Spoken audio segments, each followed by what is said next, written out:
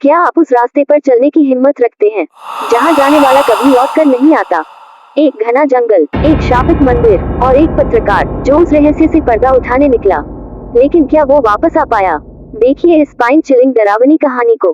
पुराना मंदिर, जंगल का रास्ता, जहां हर कदम पर है मौत का साया और हर आवाज के पीछे छुपा है एक डरावना राज। अगर आपको असली डर महसूस करना है तो ये कहानी मिस मत करना। वीडियो को लाइक करें, शेयर करें और सब्सक्राइब जरूर करें।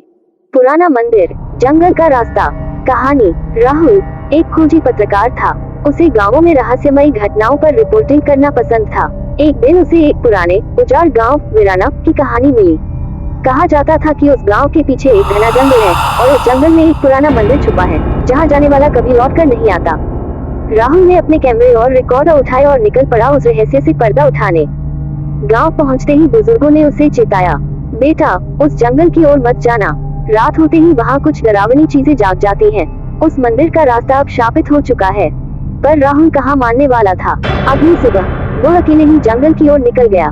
सूरज की किरणें पेड़ों से छनकर आ रही थी, लेकिन जंगल के अंदर जैसे अंधेरा गहराता जा रहा था। रास्ते में उसे टूटी फूटी मूर्तियां, पुराने चिन्ह और खून से सने कपड़े मिले।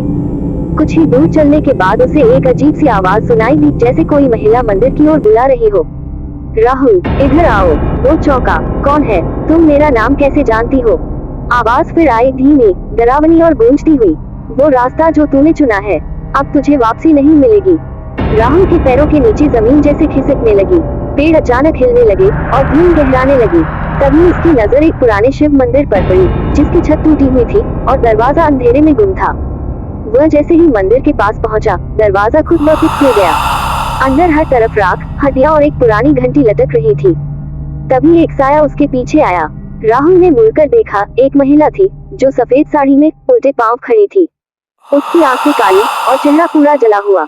वो चिल्लाए, तू भी अब यहीं रहेगा जैसे बाकी सब रह गए।